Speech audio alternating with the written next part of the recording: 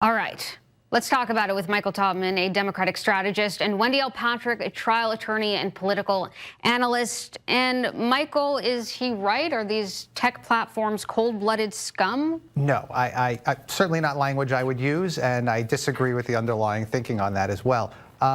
This is a market solution to what is becoming an increasingly serious problem. These are private platforms. These are not government actors. We're in uncharted territory. They're becoming so big. I think Apple is now, the first $1 trillion company at valuation.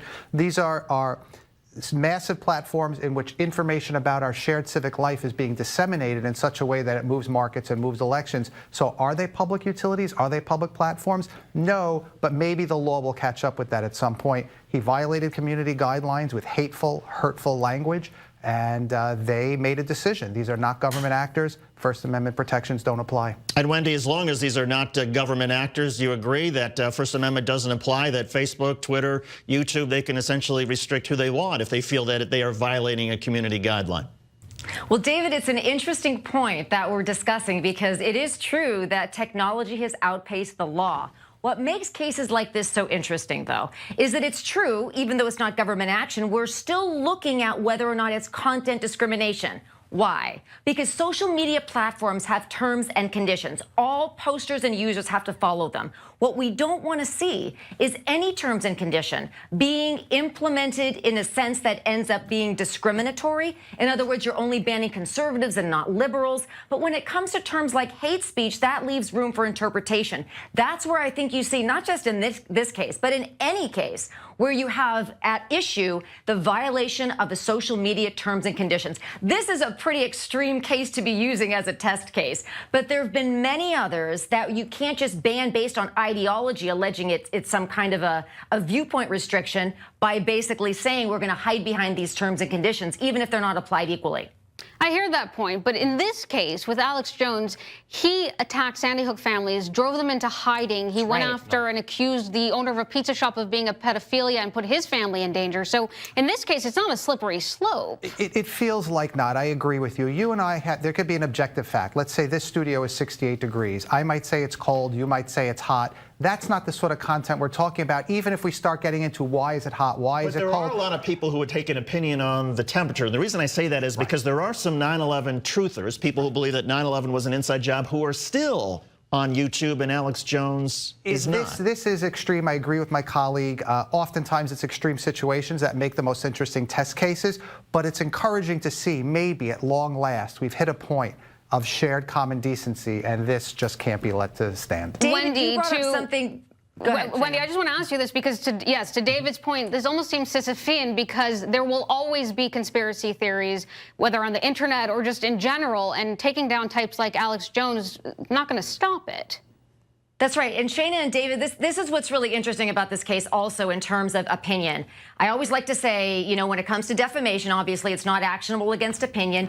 Your opinion is worth more than you think, but it's not priceless. In other words, there are limits to what you can claim is your opinion. I'm not just talking about fake news. You can't be banned for that.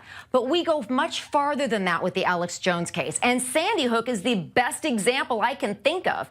And the Pizzagate, as they call it, that controversy as well. This is going beyond the realm of just saying, I'm going to preface something with, in my opinion, and then it's okay. That's not what we're seeing. And you'll also notice that the social media platforms that have taken down his content, sort of safety in numbers, but they've made very clear, they've covered themselves by being very clear. They're not taking him down because they think he's fake news. It's because the content at issue was violating their terms and conditions. So it's not a First Amendment issue. It's an issue of, hey, you want to be on our site, you have to follow our rules. But should defamation therefore be the standard, Wendy? In other words, if you defame somebody, as Alex Jones allegedly did with these Sandy Hook victims' families, that's the standard for when you remove somebody, not whether you're saying something that may be false?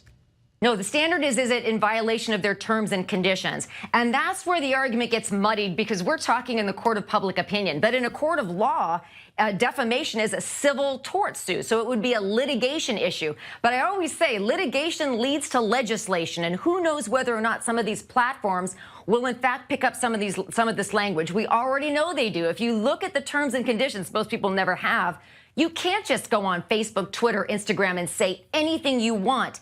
It cannot be one of these categories of speech that they've decided, again, not the government, they've decided you cannot post on their site.